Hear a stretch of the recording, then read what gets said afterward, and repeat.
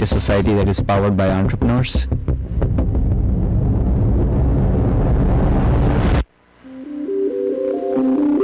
We want to support a business which has the potential to solve some of the most critical problems faced by the people. When I was looking out of my window, having a sip of coffee and just seeing this really dark cloud above the city, so I thought, why are we breathing this air? Water scarcity is a very serious issue, not just in Pakistan, but in the entire world. We've built Pakistan's first net zero housing community, which is for the bottom 40%, so it's affordable and sustainable at the same time. AKDN is ISP management system, which automates all procedures and all jobs in internet service provider company. Все дети, которые посещают наш центр, они с удовольствием каждое утро приходят и вечером не хотят уходить. Панацея означает это лекарство от всех бед. Panacea. Pedro. Modulus Tech. AKDN, Spark. And this is Godify.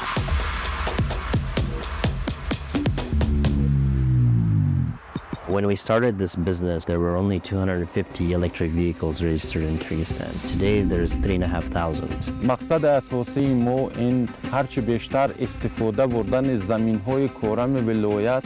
And by the end of 2025, Abshal aims to save 50 billion liters of water. You will see very, very quickly how all of these dumb cameras will be converted to smart cameras. Setting trends is something that Mantaha brand itself has always been doing, pioneering corporate wellness in Pakistan, which was non-existent before. We are building the first unicorn out of Central Asia and Kyrgyzstan. Yes, it might not work out. Yes, we might not achieve that, but at least we're gonna try.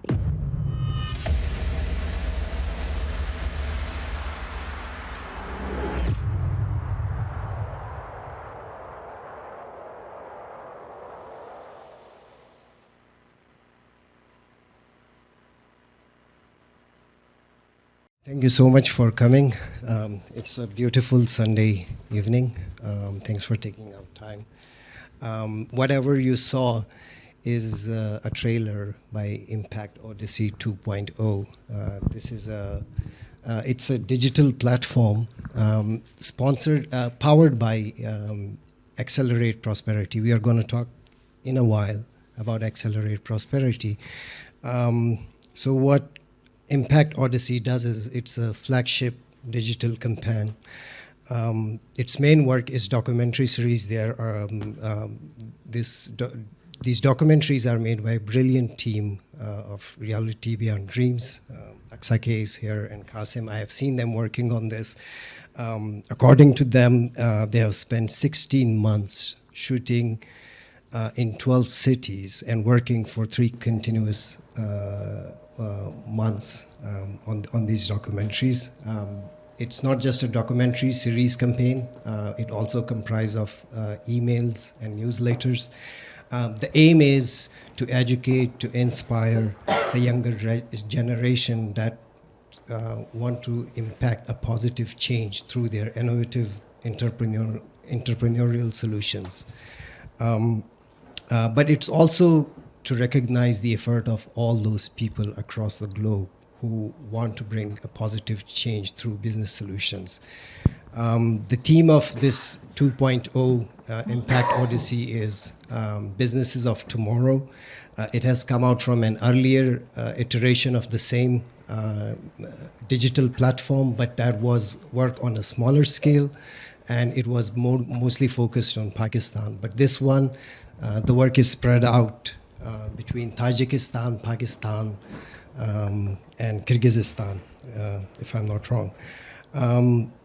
And they focus various sectors such as water scarcity, sustainable housing, education and health, and much more. You're going to hear from our speakers soon. Our guest speaker today is Rohma Labib. She is the country director for Accelerate Prosperity, and she has supported almost 300 businesses in their growth. That's an impressive number, I must say. She's also interested in sustainable solutions, grassroots organizations. She has done her master's in social innovations from Lahore School of Economics, and she has done her BBA from University of Toronto. Please.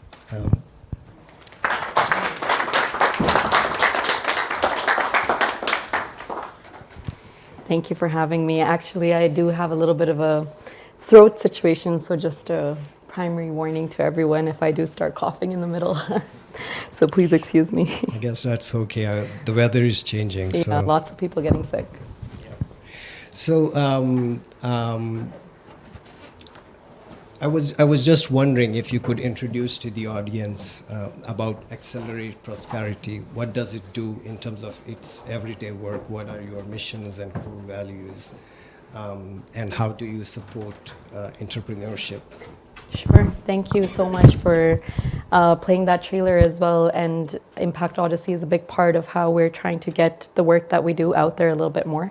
So please do follow the series. There's a lot of work that has gone into it by our wonderful partners and our businesses as well.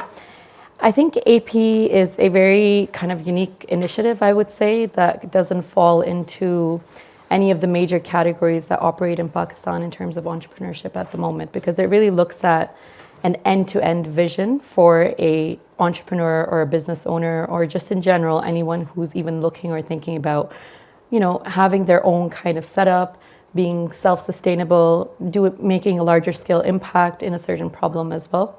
I think there's a lot of thought that's gone into curating what AP does. Right now it's operational in 4 countries. In Central Asia, like you said, Kyrgyzstan and Tajikistan, and then in Pakistan, and we had a humble start in Afghanistan in around 2020. We are also moving into Syria and Portugal with virtual models, so we are expanding what we're looking to do. And in these locations, and why we operate in these emerging economies, is because we feel that over here, entrepreneurship is just such a vibrant ecosystem that has been overlooked by a lot of people, by a lot of global communities. And yes, there was a huge kind of spur, if everyone remembers, 2 to 3 years ago during COVID, right before and after, where the startup situation was blowing up a lot. There was a lot of kind of interest from VCs, international markets we were seeing. But yet, entrepreneurship at its core existed in Pakistan long, long before that. And very traditional businesses that are not very scalable in that way, but have that kind of larger scale impact that we want to look at in terms of social impact, those were still operational. So what AP has always aimed to do, when it started in 2016 and even until now, is be able to look at entrepreneurship not just in urban centers, but in rural areas as well, tier 2 economies. Be able to look into creating ideas from the get-go, spurring them through incubation, giving them the right tools, necessary kind of details, or just support or resources that they would require to get it to a level of now prototyping or piloting in a sense. Then we do acceleration, and after acceleration, we provide the opportunity for financing as well. And this is looking at pre-seed and seed investments, which is very risky capital, if you would think about it. Not a lot of organizations and a lot of kind of investment organizations, even banks, no one really takes risks at that early stage. And that's where AP comes in, takes that risk, brings in financing, innovative financing opportunities. And then there's also a last step, so it doesn't end there. You're able to actually support businesses after you've invested in them to curate their journey of growth in a certain way. There's a lot of times that entrepreneurs, I feel like, understand the vision or the problem that they're trying to solve, but don't understand the business dynamics and exactly how to do it. So that's exactly where an organization like AP comes in with technical assistance, investment, and is able to handhold them through their journey. It makes me think what the choice of countries that you have. It's Pakistan, Tajikistan, Kyrgyzstan, and now you're expanding. What makes you interested in these countries as an accelerate prosperity? I mean, these are countries that doesn't have a good global standing in terms of GDP or in terms of economic outlook. So what's the vision by clubbing all these countries together and enabling entrepreneurs to have an impact? That's a very interesting question, actually. So, as you know, Accelerate Prosperity is an initiative of the Aga Khan Development Network. And Aga Khan Development Network operates in several countries around the world. We're a product or an initiative of both Aga Khan Foundation, which is the impact component of it, if you think about it, and ACFED IPS, which is for-profit run organizations operating under AKDN. And they are very prominent in Central Asia and Pakistan and Afghanistan. So I think the pick of places to pilot an initiative like this, and I still say pilot because we're still growing, and that pick was because both of these organizations have a strong kind of footfall in these locations. They've had a long history, and we're able to maximize kind of the networks that we've developed through AKDN in these locations. And other than that, I think one of the main reasons would also be just the amount of youth that exists in these locations, right? So something you'll see in common, Pakistan, of course, given we already know the percentage of youth is pretty high, and in Pakistan, opportunity is probably a lot more than any of the other countries, I would say, just because of the vast population and the internet connectivity that we have. But even in Central Asia, there's not a lot of work that has been done in entrepreneurship. And when we look at our initiative in Central Asia, we were one of the first incubator accelerators and impact funds ever created in those locations. And right now, we're probably leading a lot more over there than we are in Pakistan, because there's a lot of other people who are doing similar things in parts, not the end-to-end, of course, that AP is doing. But that did not exist at all in Central Asia. So we were one of the first movers over there as well. Interesting. I'm wondering how old is Accelerate Prosperity and how has it evolved? If you could give just one concrete example, like how you have been involved with a particular startup and help them grow or take a particular trajectory. Sure. So, I mean, first location that AP was started was actually Tajikistan. Second was Pakistan. This was around in 2017. And then we piloted then further into Kyrgyzstan and Afghanistan.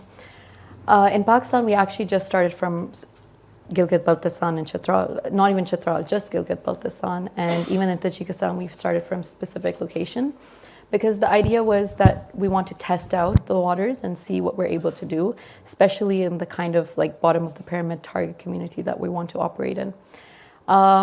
The evolution has been very interesting because we moved nationwide quite fast in other countries. In Pakistan, it took us some time because just it's so large and there's so many differences in different provinces. Around 2 years, now it's been 3 years that we've gone nationwide and been able to operate across Pakistan. So the evolution looks very similar, that whenever we feel we are ready and we have the ability to be able to create different offices in different provinces, or just be able to have those resources, that's when where we see the opportunity of problems lying. A lot of programs, if anyone follows our pages, a lot of programs we do are actually geography specific as well. We identify the untapped opportunities and untapped markets there, and then we're able to create a program and invite entrepreneurs that are addressing that exact problem. So I think that evolution has happened over the past 6-7 years. In terms of location, how we've grown. And I think you asked about an example of a business we would have worked with. There are quite a few. I'll give one from Pakistan. I haven't been part of the organization for longer than 2.5 years. But I think we have some star businesses that we always look at.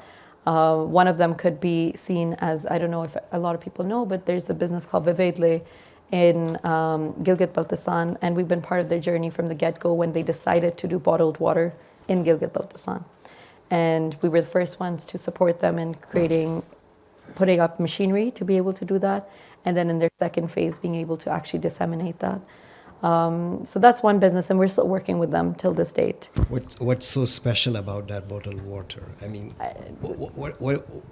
what makes you interested in that as an accelerator? So in a location like Gilgit-Baltistan, there was no such solution at that time at all. There was no option of bottled water.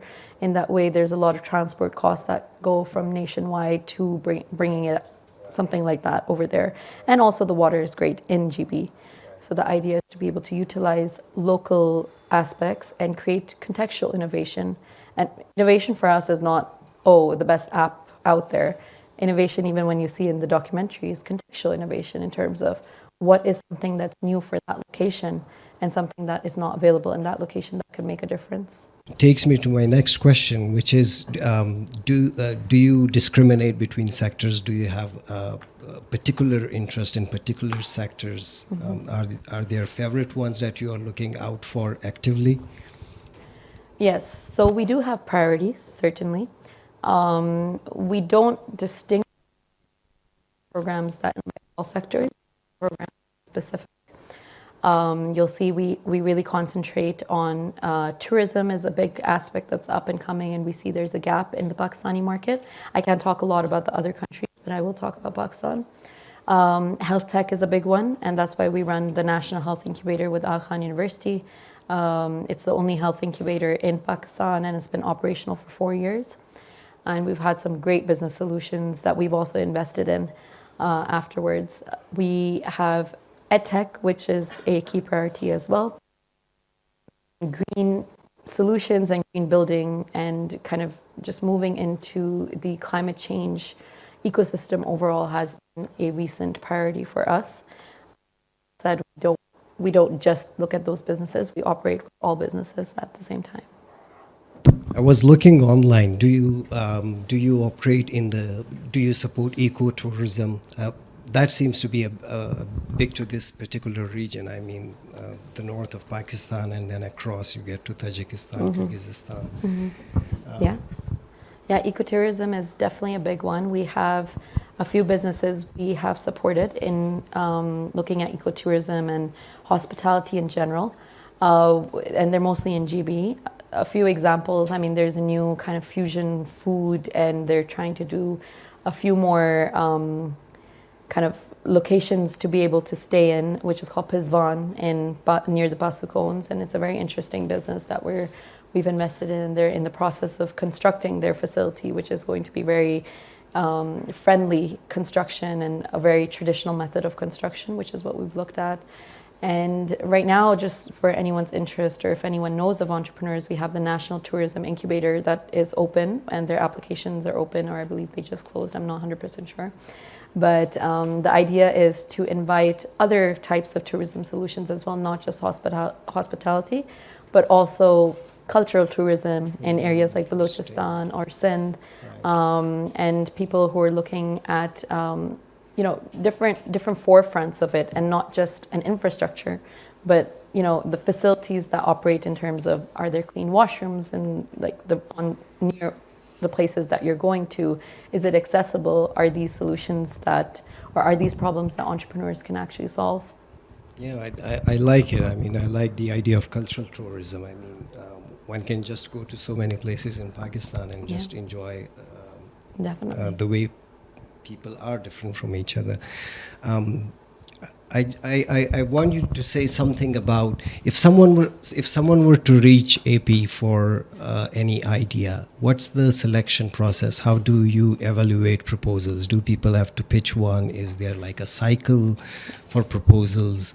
What are the key indicators in a proposal that you look at? What makes you interested in them, and how should they present themselves to you? Yeah, I think a very good question. It's a subjective one, to be honest. But we do have an internal kind of,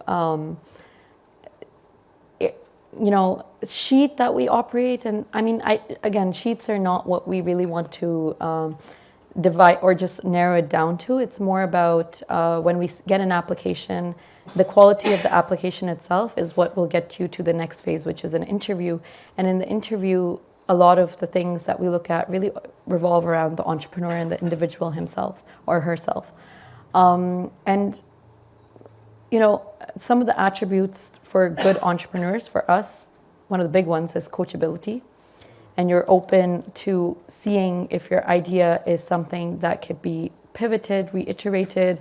Is there research that's gone into it? Is there further work that's needed? And are you willing to do that with AP?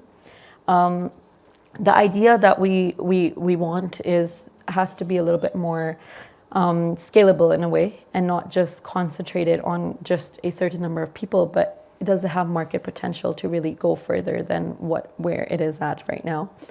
And contextual innovation is a big one then that we look at. I think we have different programs and different stages. If you look at incubation programs, it's a lot more about the entrepreneur. Are they going to be able to do something with that solution? Probably the solution is not at the right stage right now to become a full-scale business, but through our program, will they be able to work on it that they reach a point of financing with us? For our acceleration programs, it's a lot more, is there traction at some level? Has there been some kind of testing done? And then are they ready for our investment for scalability? So different phases, we would look at different things as well.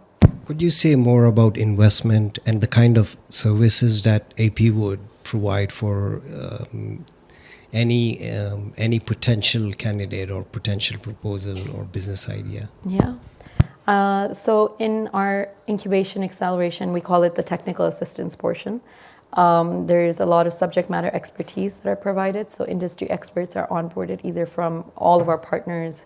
There could be Aga Khan University. We've worked with NUST in the past. So we had subject matter experts from there.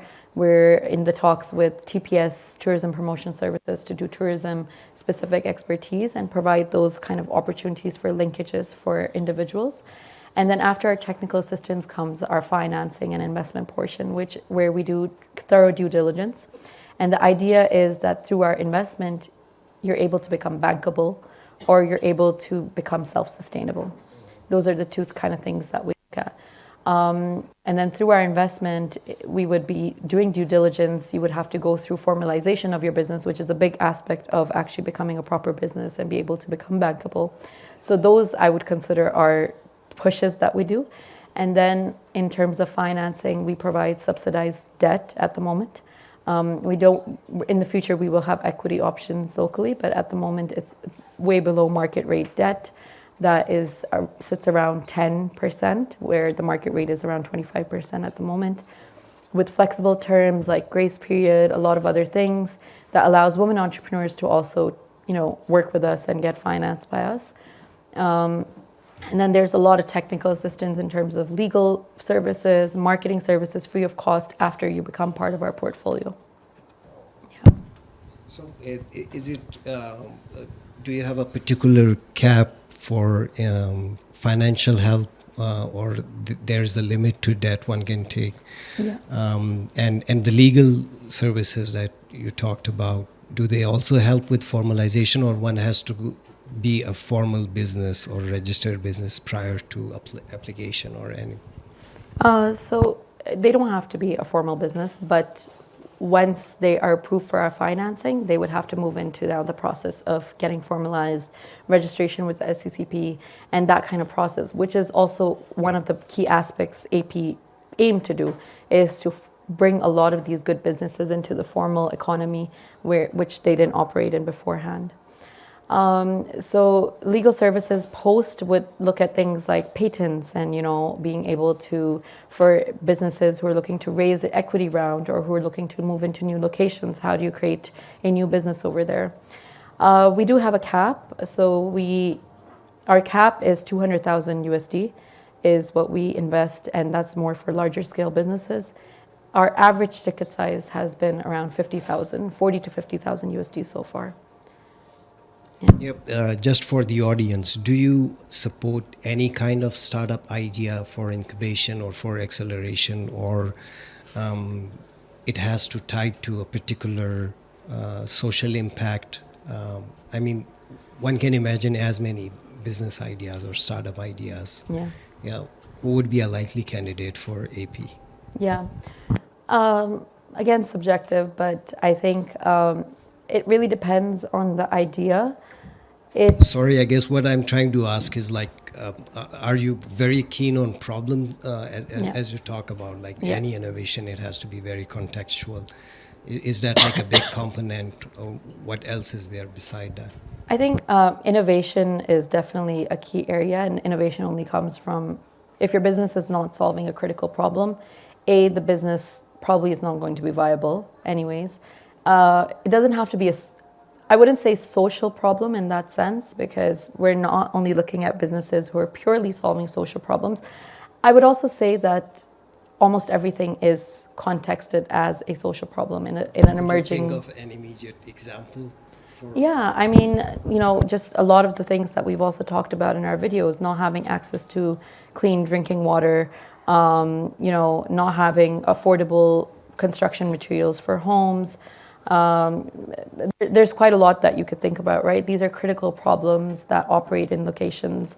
If you look at the problems we promoted at NTI, is a lack of digitalization of a lot of solutions that are available in terms of tourism, and then also lack of infrastructure to be able to experience the tourism. And then there's also adventure tourism, which is a problem statement actually, because there's lack of adventure tourism organizations and experience tourism facilities out there for individuals who just want to go and do something fun or extreme when they go visit different locations. So these are all problems that a business would aim to address. I would still call them social problems. I think any emerging economy, any problem would be directly linked to the economy itself. How do you make sure over time that any startup that you support is, can you hear me right? It's that they will stick to the vision and mission statement that AP has over time. I mean, in the long durée, what do you see the future of any startups that you enable or support through your work, and how do you make sure that there is a coordination of visions between the two entities over time? Yeah, it's a very interesting question actually, because that's been something that we've been going back and forth about in our organization as well, is to what level do we want to integrate with the business after our investment, and have that kind of partnership intact. And to be honest, debt allows you to do that till the tenure of the debt. For example, if it's 5 years or 6 years, but after that, you don't have a lot of interaction even with the business, let alone being able to see how they operate or what they're doing now. Are they even operational? That's one of the things as well. I think the idea is that to be able to work with businesses who have our vision at the core, so it doesn't change over time. If we truly feel like a business is part of, for example, our exclusionary list, and there's aspects that they're working on that just are not in line with what we want to do in the future, like pollution in certain lakes or things like that, we don't go for the investment. And we have a very rigorous process in terms of our own investment committee that makes those decisions as well. But I do think that over time, we do want to start to increase our post-investment technical assistance and being part of the business and their growth journey a little bit more, which at the moment I think is a little bit weak, but that's a very interesting point and something we want to work on definitely more. How you have found markets in these countries? I mean, from my own personal experience, and it's very subjective, that markets are fairly conservative in terms of adapting to any new idea or any new solutions. People compute costs, people just have no good idea of either new material or new solutions. So how have you found over time that when AP works with these new setups and startups, what's the response of the market or of the people, and has market conceded any space, or if it does so, how does it look like? Yeah, I mean, I think behavioral change in a place where there's a lot of legacy industries and a lot of traditions tied down to individuals has been very, very tricky. But I do think that the business community and the private sector is probably the only area that can actually change that over the long run and actually change consumer behavior over the long run. And that's exactly what we aim to do through an initiative like Accelerate Prosperity. Because I think our businesses, we've seen them introducing new innovations has changed that behavior quite a lot. And them working on ground in the communities and being really grassroots has changed it, rather than being just, for example, we have a lot of tech solutions, but it's not just about the tech, right? It's also about how you're integrating it into the people who are utilizing it. It's tricky, to be honest. Technology, just anywhere, we've had a lot of failed solutions, unfortunately, even recently in Pakistan. And you see that, just our people are just not ready for a drastic solution like that a lot of times. But I think resilience of entrepreneurs is big, how much they're willing to go, how far they're willing to go, and how much they're willing to really invest and have their skin in the game to be able to make that change. And we see that through passion and grit.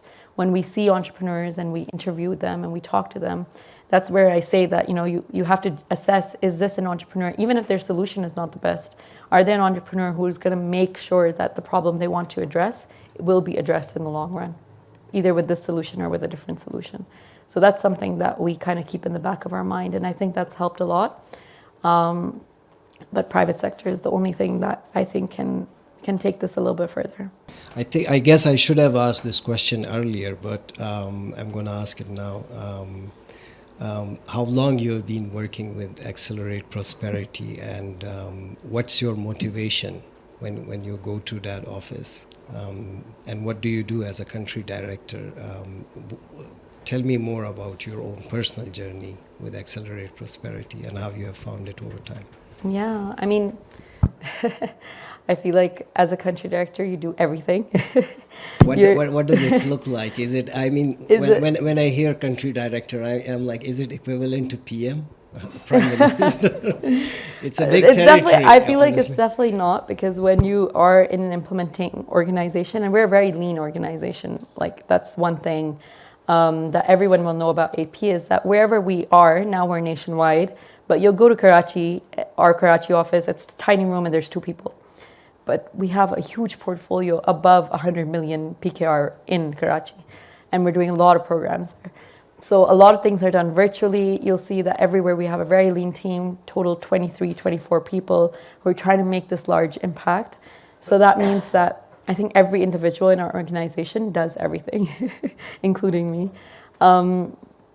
From headhunting businesses to sitting and assessing in interviews to presenting their case to the investment committee, which is all me, and then actually being at the forefront and creating those communities within entrepreneurs as well. I think that is the motivation for me. We're a very young team as well. All of us our average age of our whole AP in all the countries is around 32, and we have around 60 or 70 employees. So that shows you that we are a very kind of new generation. We have a lot of ideas. That also means it's very tricky to manage sometimes.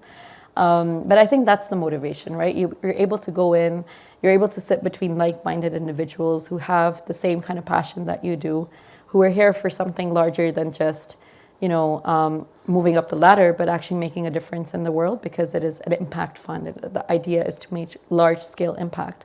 And everyone thinks like that in our organization.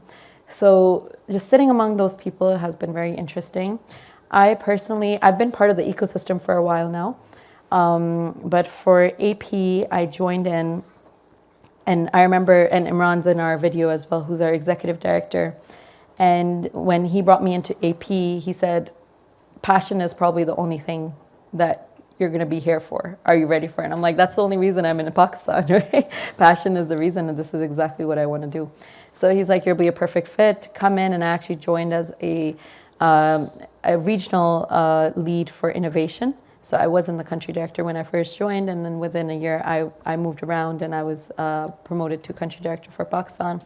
And it's honestly been a wonderful, wonderful journey. And honestly, the first place I can see myself being in. And you know how it is, like for young people, for all of us, it's kind of like we like skipping into new things and new ideas, and we kind of get bored of the same thing after 2-3 years. But I think this is the first place that I do see myself being in for more than 5 years.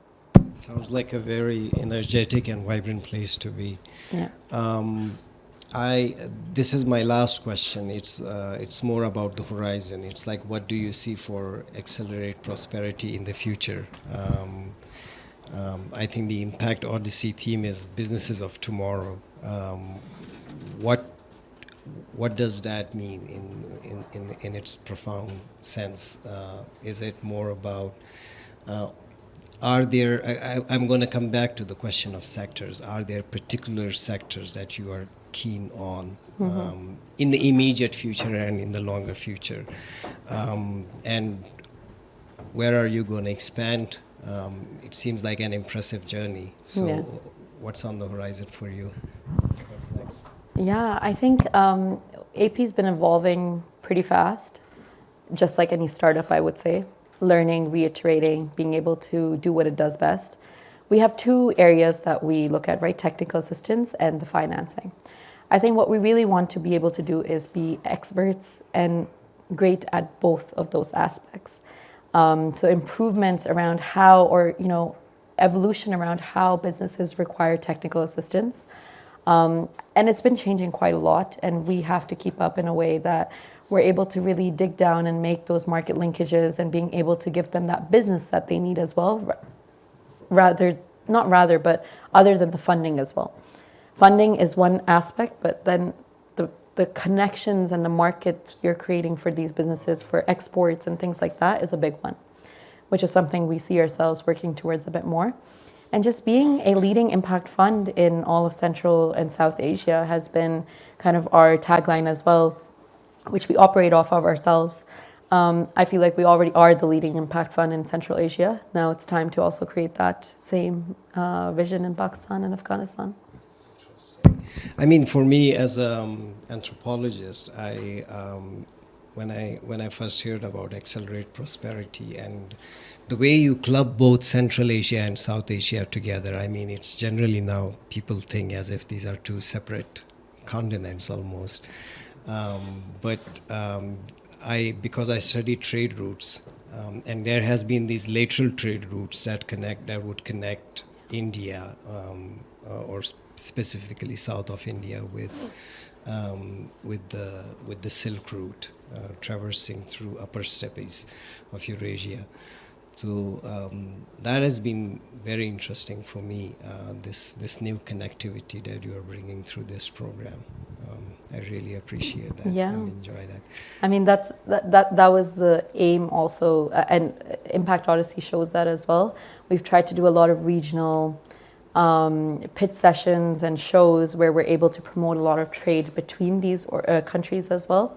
So that's something we will also try to do a lot more in the future as well. But I do think that that's the trade route that's been completely kind of wiped out from our memories in a sense that it's not utilized anymore. Yeah, in recent imagination, it's like on the west there is Afghanistan, and then there is nothing, and then there is Europe. And there is a huge swath of land, which is Tajikistan, Turkmenistan. I don't know, there are some poetry enthusiasts. There had been great Sufi connections from between Central Asia and South Asia. Yes, for sure.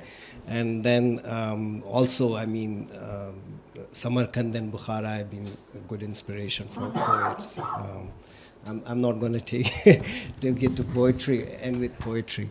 But I guess, are we having a documentary? Yeah? We are going to watch? Yeah, we are going to watch it's a short episode, I guess 7 minutes or so. It's about wellness. So it will give you a very concrete idea of what Accelerate Prosperity and Impact Odyssey does. And then we can open up to question-answer sessions. Sure. Thank you so much for a wonderful Thank you so much for questions. And thank you for bearing with me with my voice.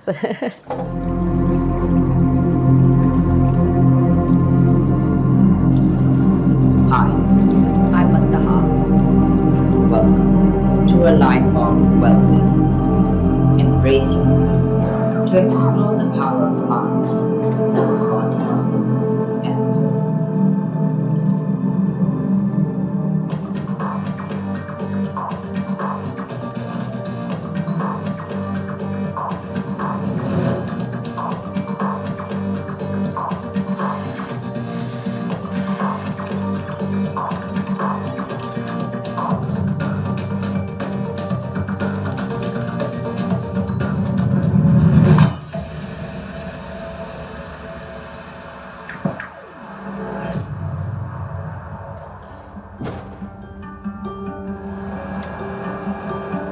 I've always been overweight because I've had like a binge eating disorder for a very long time. When I was 13 years old, my room caught fire and my lungs got damaged. And I was very against the idea of like exercising. I hated it. Pakistan and the South Asian communities have gone up on mental health and depression. And if you look at the researches, most of them are under depression and they have anxiety issues. We are one of the poorest countries, but we happen to be one of the most obese countries as well. Most of us are suffering from either diabetes, high insulin levels, high cholesterol.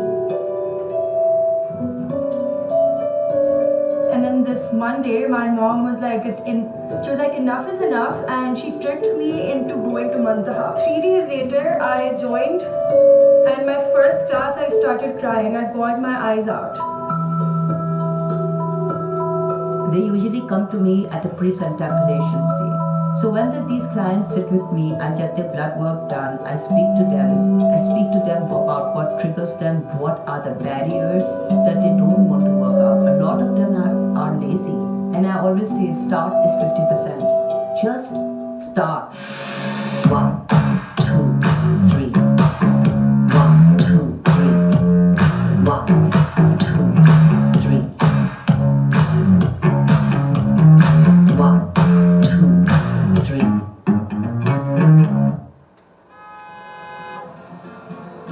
Setting trends is something that Mantaha brand itself has always been doing, and pioneering the Zumba, pioneering power, pioneering corporate wellness in Pakistan, which was non-existent before.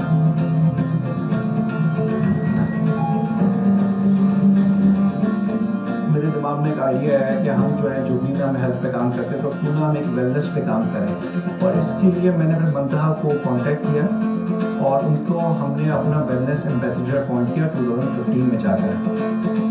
When we are working in corporate environments in our country, most of the time the jobs are quite sedentary. There is lack of movement.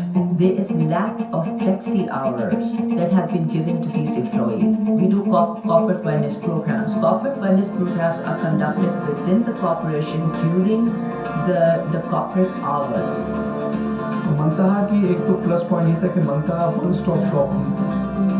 Fitness को भी देख रही थी, वो mental health को भी देख रही थी, वो आपकी न्यूट्रिशन को भी देख रही थी. न्यूट्रिशन में भी उनके पास एक्सपर्टीज़ है उनका. तो अगेन आपको 2-3 लोगों को करने की ज़रूरत नहीं थी. आपको एक ही उसमें आपको चारों चीज़ें जो आपको चाहिए वो मिल रही थी.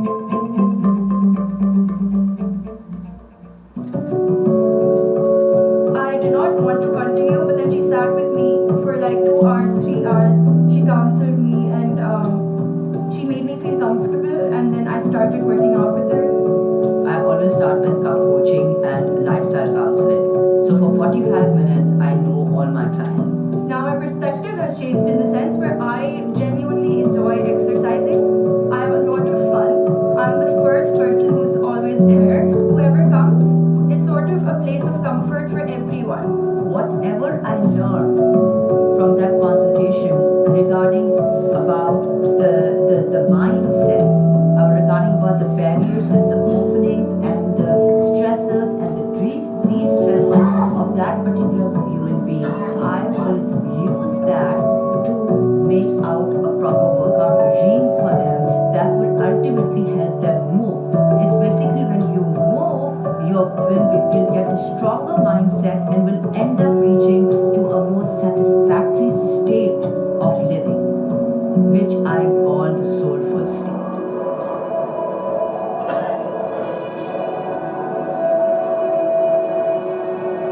It's the harmony of the mind, body and soul.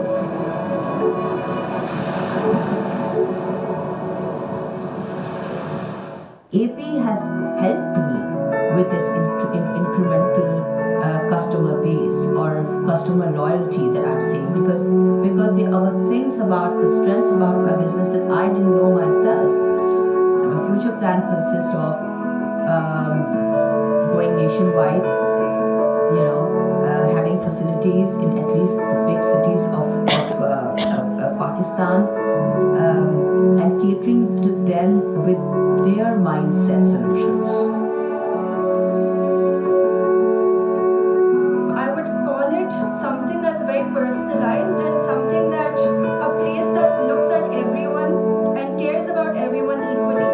And working there also has helped me a lot with my mental health. It has completely changed me. I feel a lot more confident. I like to call myself a strong, independent woman now because that's who I feel like I am.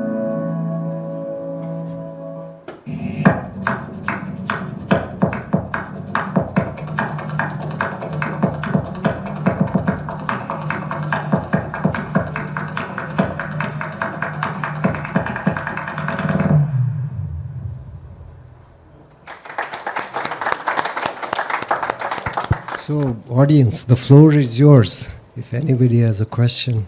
Lovely listening to you guys. All right, great debate. I mean, great points actually. I mean, you tickled my interest. That's what I would like to say.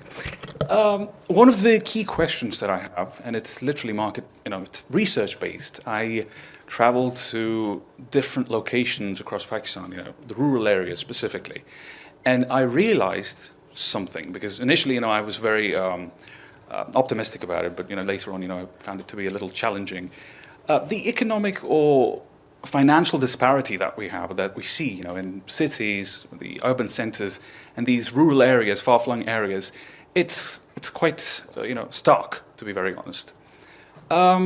Considering the fact that the purchasing power that we have, in these places, when we talk about the masses, they can hardly afford their meals 3 times a day. Although it's quite unfortunate, Pakistan being an agrarian country or a nation, it can hardly sustain itself. So the fact remains, so I was actually into, education, all right, the education sector, and I wanted to establish some, community-run schools or, educational institutes. What kind of strategies would you have or advise to actually, run a certain setup in certain places, certain regions, that are far-flung, considering SDGs and your corporate social responsibilities? Yeah, I think great question, and this is something that I think AP has been trying to address for a while. We actually have 2 schools in our portfolio that we've invested in completely rural areas. One is in Skardu. It's focused on ECD. It's called Baltistan Public School, and they have 0 electricity, unfortunately, over there. So our investment has specifically gone into solarization and creating having a building or an infrastructure that they're actually able to entertain kids in the right ecosystem or a conducive environment that they're supposed to. And the idea is that they wouldn't be able to get that investment or that kind of money anywhere else. No banks would be ever willing to invest in something of that solution, but also something in that area. And the idea has always been that for us, it's not just about where the location is. If the school itself is going to be self-sustaining, has a strong revenue model, has something that can actually allow it to sustain itself after our investment is over, it is something of a business that we look at.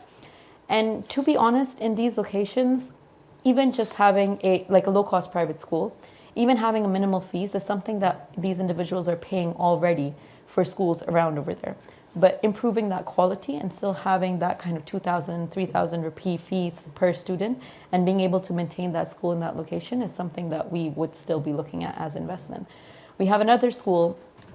So this school that I was talking about, there's a lot of businesses. We have 100 plus portfolios, I forget names. This is Kinder Castle that I was talking about. Another school is Baltistan Public School, which is a proper school in the area of Baltistan, and the idea over there was to create an IT park for the individuals. So the things that we're investing for are things that are actually not available to people over there or in those locations, and the rest of the operations of that school, for example, or that solution is able to sustain our investment, being able to pay back, and also sustain the business overall. So I mean, a lot of the problems and why we focus on these problems and problem-related solutions is that these problems are necessities for these individuals, and there's something that they would be willing to pay for. Most of our solutions in rural areas have not been add-ons or tech or anything like that, because we understand there's a behavioral change to be able for individuals to be able to pay for something that is not a necessity. So I think our portfolio is curated in that way as well. You look at rural areas, our portfolio is very different, and you'll actually see it in Impact Odyssey 1. If you go back, you'll see fish farms, a lot of these rural areas, business solutions that are relevant for there and still count as contextual innovation that we've invested in. For 2, we've done, our theme is business for tomorrow, so you'll see a lot more urban center businesses that are working on technology. So there's really a diversification that we look at. But yeah, I'm happy to discuss any kind of solution afterwards as well. I think there's a lot of elements that go into it. Main being that for any kind of investment, financials need to make sense. And that's something, if you are not going into loss, that's something that can be looked at. Yeah. अस्सलाम वालेकुम। मैं थोड़ा online ही देख सकूँ आपका show, बाकी फिर मुझे भाग के आना पड़ा, मैं देख नहीं सका। मेरा क्वेश्चन मैम आपसे ये है कि आई एम ए एंटरप्रेन्योर, मैंने 18 साल की उम्र में बिज़नेस शुरू किया था, ठीक है, और इस वक्त मेरे 2 बिजनेसेस हैं। मैं आपसे ये पूछना चाह रहा हूँ कि जो चैलेंजेस हमें गवर्नमेंट की तरफ से फेस करने पड़ते हैं, अनफॉर्चुनेटली जो इलेक्ट्रिसिटी के हालात हैं, जो आप देख रहे हैं इकोनॉमिकल क्राइसिस चलता आ रहा है इस मुल्क के अंदर, कि क्या इसमें आपका नहीं ख्याल कि ये एक जो फॉल्ट है वो गवर्नमेंट की तरफ से है? Yeah. No, 100%. मेरा यही है कि यंग एंटरप्रेन्योर्स जितने भी हैं, सेकेंडली, और दूसरा पर्सपेक्टिव जो मैं सर की बात समझ रहा था कि एजुकेशन के हवाले से, कि मैं बेसिकली एक मैट्रिक फेल आदमी हूँ, ठीक है, मुझे स्कूल से ये कह के निकाल दिया गया था कि तुम्हारा कुछ नहीं हो सकता, लेकिन फिर चलो धक्के खा खा के इंसान कहीं ना कहीं पहुँच जाता है। तो क्यों नहीं हमें स्कूल्स में ये चीज़ बताई जाती कि इवेंचुअली कोई ना कोई अकल तो है ना किसी बच्चे के अंदर, कि अगर वो पढ़ नहीं रहा है किसी और चीज़ में, अगर उसका इंटरेस्ट है। Great question, thank you. I think देखिए, government से there's a lot of pushback in a lot of things, right? Policy and legislation in our country is just probably the hardest thing to change. बहुत ज़्यादा lobby, बहुत ज़्यादा advocacy करनी पड़ती है, and we have partners in our organization like AKF and others who work on the policy side. I mean, AP's mandate is not specifically policy, but I think the core of it, जो हम करने की कोशिश कर रहे हैं, has been कि given the barriers that operate around in this kind of ecosystem and through the government and things like that, उसके अंदर हम कैसे businesses को spur कर सकते हैं. It's unfortunate that we have to think like that. Like the situation is something that would take, like we talked about behavioral change, a lot of time to change. But अभी उसके अंदर रहते रहते हम क्या कर सकते हैं? And I think the first thing is to increase bankability.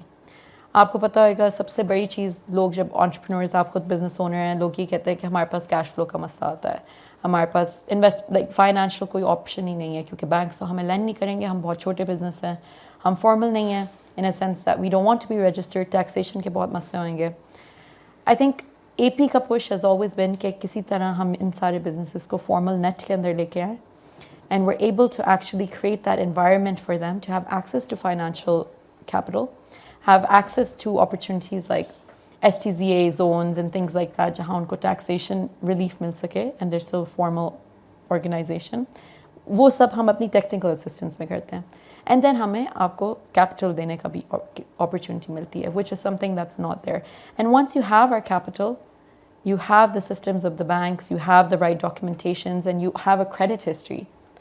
The next time you go to a bank, getting a working capital loan is much, much easier. And you're able to sustain yourself on that kind of rate as well. I think जो education की आपने बात की, I mean हम खुद काफ़ी काम करने की कोशिश करते हैं skills के ऊपर. कुछ ऐसे businesses हों in areas where job or unemployment is very, very high. For example, a lot of the rural communities we operate in, वहाँ पे हम try करते हैं कि हम tech companies में थोड़ा ज़्यादा invest करें, and we look at technology companies जो opportunities provide कर रहे हैं for freelancers, for example, and creating those skills. We have a business we work with in Gilgit. It's called Ideometrics.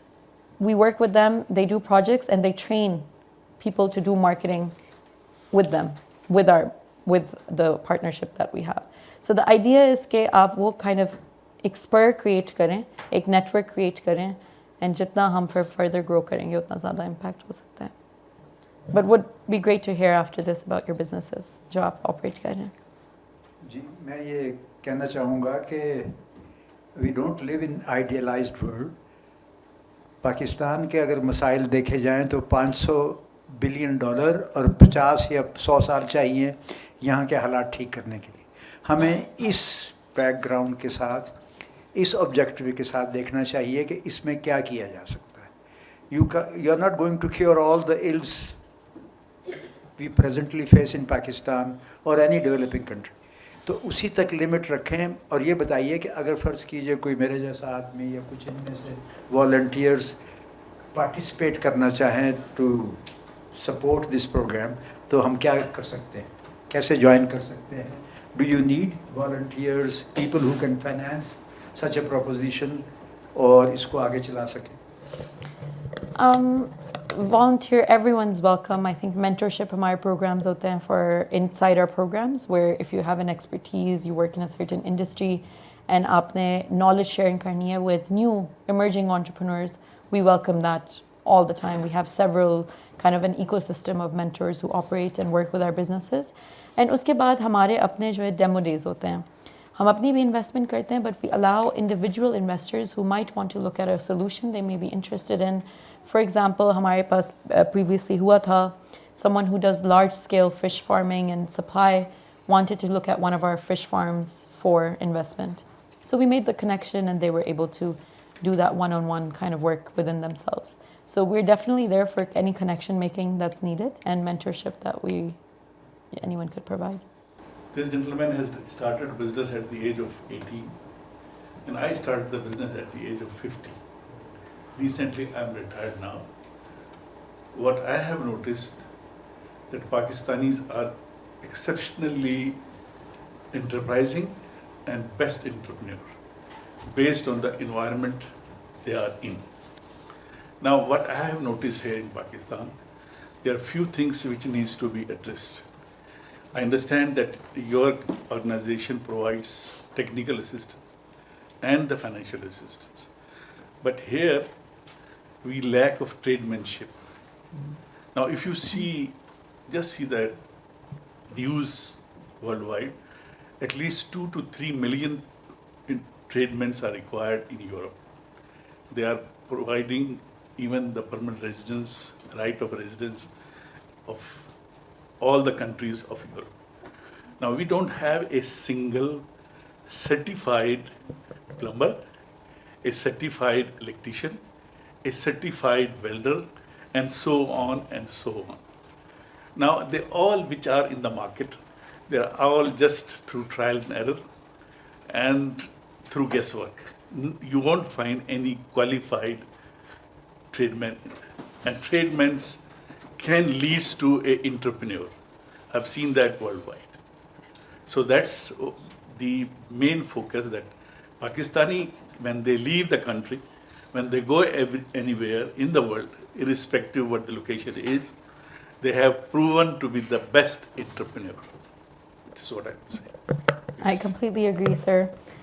I think the kind of resilience we've seen in Pakistan after so many hurdles with our entrepreneurs, with our own portfolio. Like I said, our portfolio is 100 plus businesses and we see issues that are created in their industries, for example, and then, we're thinking, how are they going to work around this? What is there that we can support them to do? But that entrepreneur, the thinking that they have is amazing. So I completely agree with that. Skills training ke upar bahut kaam karne ki zarurat hai, and that's definitely something in each industry or each sector that we've looked at. Tourism ho gaya, even health, for example, is a big one, nursing schools and things like that. In Saro ke andar, there's a lot of great organizations that are working towards skills development in areas which wouldn't have it before. It's just about now scale, and like I think Sir said before, not trying to solve everything at once and just making sure that wherever we can make that difference, we do. Thank you so much. This was a wonderful conversation. I just want to know about your investments. Maybe आपने जैसे बताया कि आपका basically जो आगा खान जो rural development supports programme है वो आपको बेसिकली फ़ंड करते हैं और उस तरह से, तो क्या अगर मैं गलत नहीं हूँ तो आपका जो जून है वो सिर्फ गिलगित बल्तिस्तान ही है, या आप ज़ाहिर है पाकिस्तान की एक बहुत बड़ी जो जियोग्राफी है वो पेरिफरीज़ पर है, तो जिस तरह रूरल बलूचिस्तान के रूरल एरियाज़ हैं, पंजाब के रूरल एरियाज़ हैं, सिंध के रूरल एरियाज़ हैं, वहाँ पर भी इस टाइम पर बहुत सारी ऐसी नोवेल आइडियाज़ जन्म ले रहे हैं, जैसे कि कोह सुलेमान में इस टाइम पर ओलिव का जो बेसिकली जो ब्रीड है वो बहुत ज़्यादा ऊपर आ रहा है, और साथ ही जो कोह सुलेमान के नीचे की जगह है वहाँ मोरिंगा का बहुत ज़्यादा जो है एक वहाँ उसकी सब्ज़ी भी पाई जाती है। तो जस्ट वांट टू नो कि आपके जो जोन्स हैं उनमें ये भी फॉल कर रहे हैं या सिर्फ गिलगित बल्तिस्तान ही है? बिल्कुल, we are nationwide right now. I think Gilgit-Baltistan was the first 2 to 3 years pilot करने के लिए. AKDN का part है हम as an initiative, but our funding comes from various DFIs. So EU हो गया, as you saw in this one.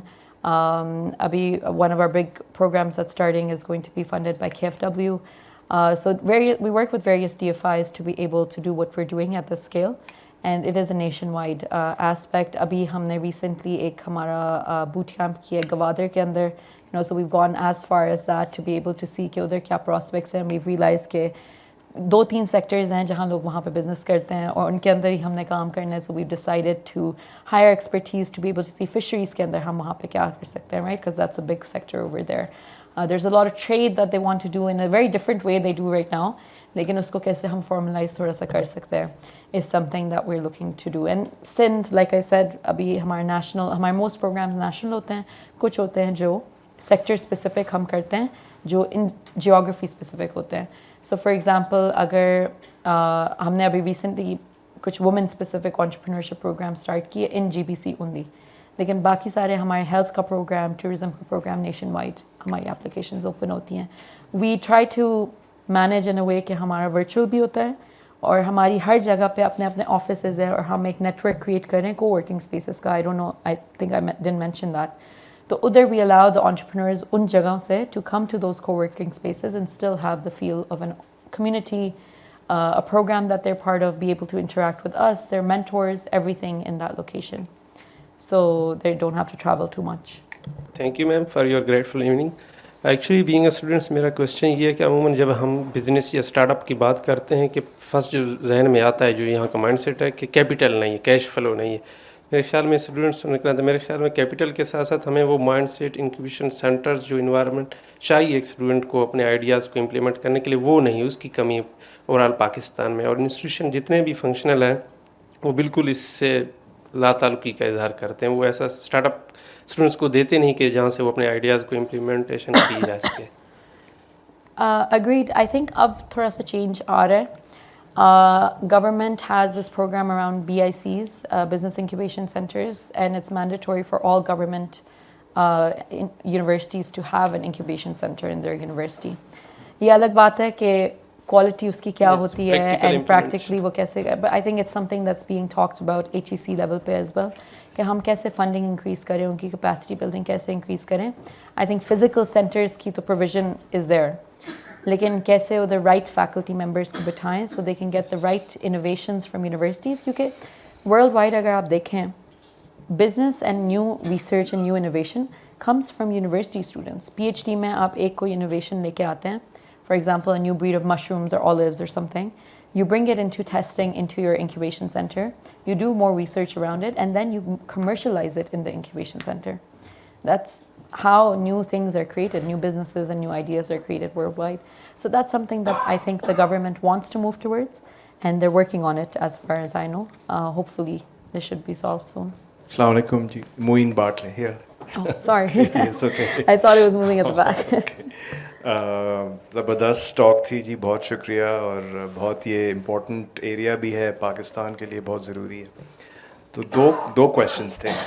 एक तो ये कि आपने जैसे बताया कि एक्सलरेट पॉवर्टी जो है एंड टू एंड जी, इंक्यूबेशन और फिर एक्सलरेशन और सीड एंड एक्सलरेशन, और तो ये हर जो सेगमेंट होता है उसकी डिफरेंट डायनामिक्स होते हैं, राइट? तो और फिर ज़ाहिर है अगर आप उस पर फोकस कर रहे हैं तो फिर आपकी एक अप्रोच डिफरेंट होती है, फिर स्ट्रेंथ्स आपको कैपेसिटी इन योर ऑर्गेनाइजेशन आपको डिफरेंट करनी होती हैं। तो ये पूरी सेगमेंट पे फोकस करके ये ज़्यादा चैलेंजिंग है कि आपको डिफरेंट एंगल्स मतलब अपनी ऑर्गेनाइजेशन में ये चारों पर्सपेक्टिव एक साथ स्ट्रेंथन डेवलप करने हैं। तो ये अप्रोच क्यों ली और या एक नीश से शुरू करके उसको ग्रो क्यों नहीं किया, एक तो ये क्वेश्चन है जी। दूसरा ये है कि डेट, आपको पता है कि डेट बड़ी जालिम चीज़ है इन द सेंस कि आपने अगर लोन ले लिया तो आपको बिजनेस जैसा भी कर रहा हो आपको वो इंस्टॉलमेंट देना ही देना है, वरना आप डिफ़ॉल्ट कर जाएंगे। तो शुरू में ऑन द अदर हैंड अगर इक्विटी है तो इक्विटी थोड़ी ज़्यादा फॉरगिविंग होती है कि अच्छा जी अगर डिपेंड करता है हालात कैसे हैं, वो इक्विटी वो रिस्क अब्जॉर्ब कर लेती है। तो ये क्यों अप्रोच कि जी अभी आप सिर्फ डेट से फाइनेंस करें तो इक्विटी क्यों नहीं, या फिर क्या प्लान क्या है कि इक्विटी कब लाएंगे, क्या उसकी क्राइटेरिया होगा कि इक्विटी वाले सेगमेंट में आप लोग मूव करेंगे? Thank you. Very, very good question. It's a question I ask my management every day. But the reality is कि यहाँ पाकिस्तान के अंदर there's a lot of licensing and a lot of structure required to be able to lend into a form of equity. But I would say that I think it's a very big misconception that debt is a riskier form of capital for early stage businesses. Tech, maybe I understand.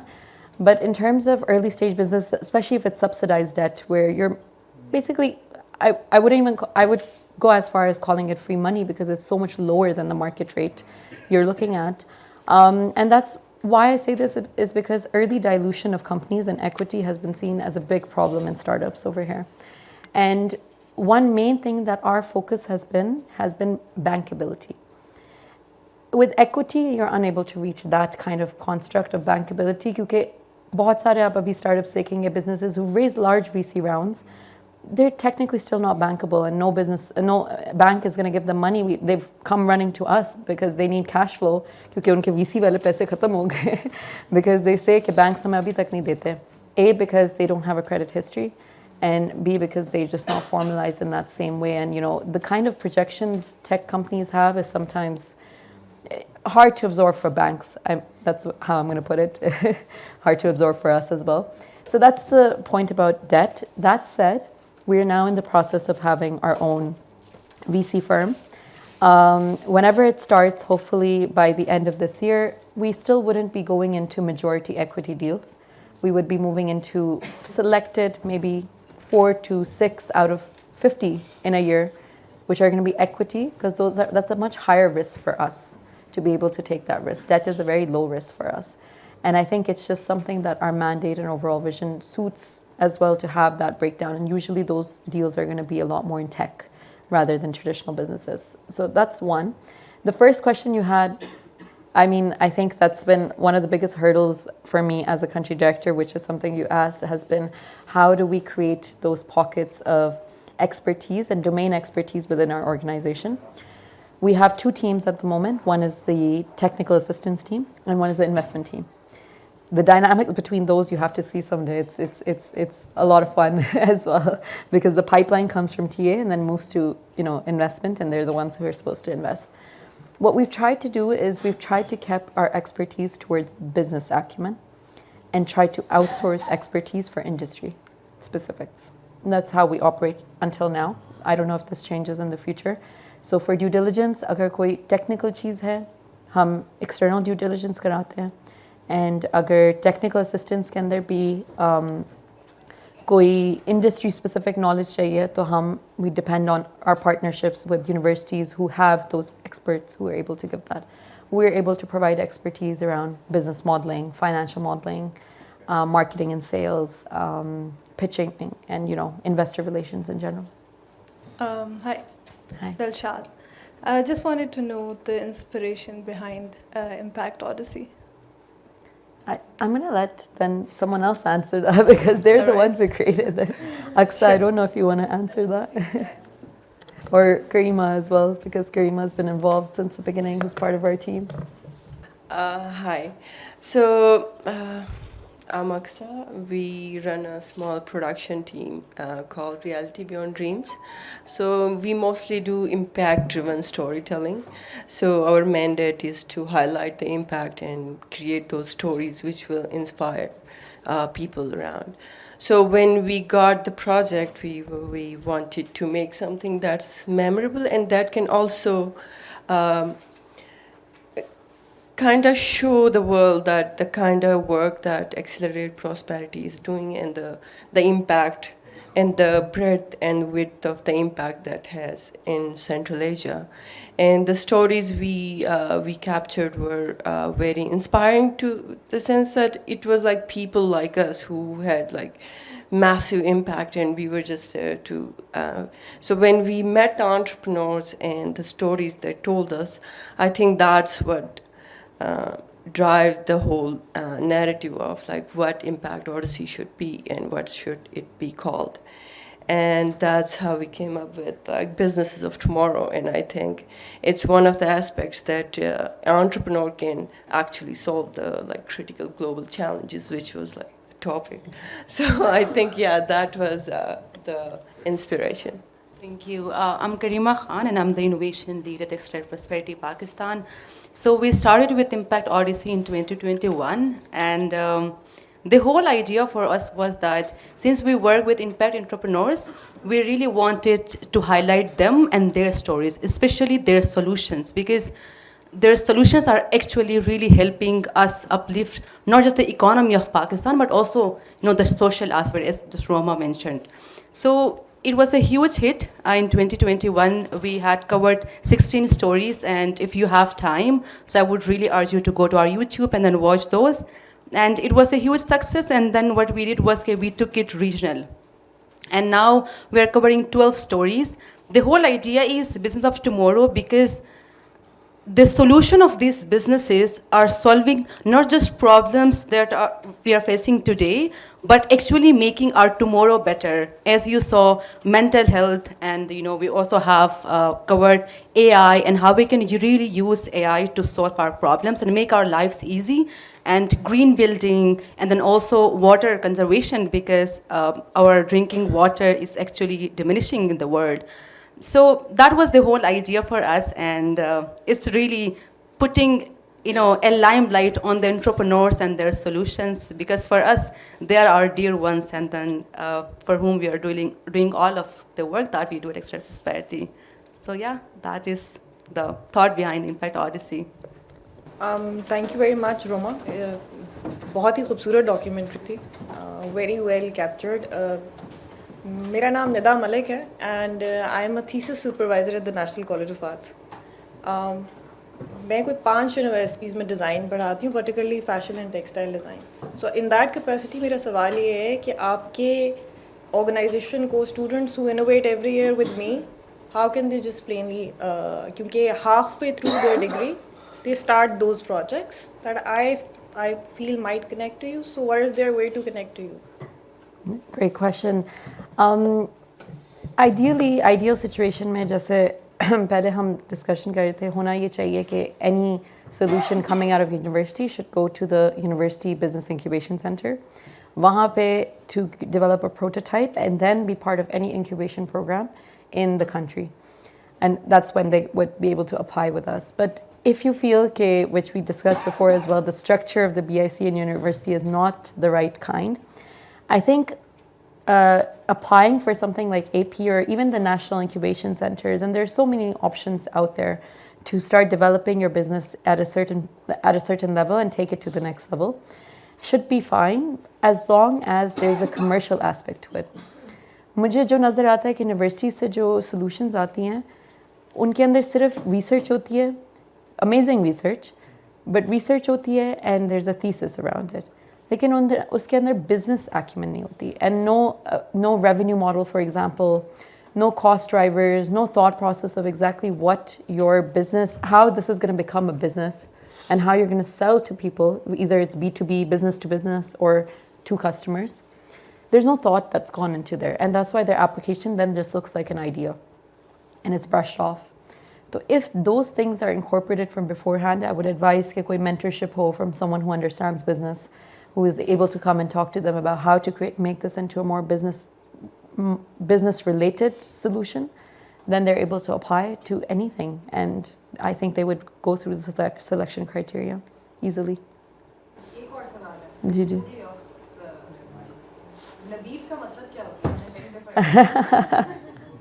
It's my dad's name. It means intelligent, actually.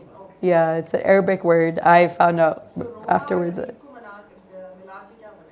So Rahma means merciful, and this means intelligent. So I don't know, merciful and intelligent, I guess.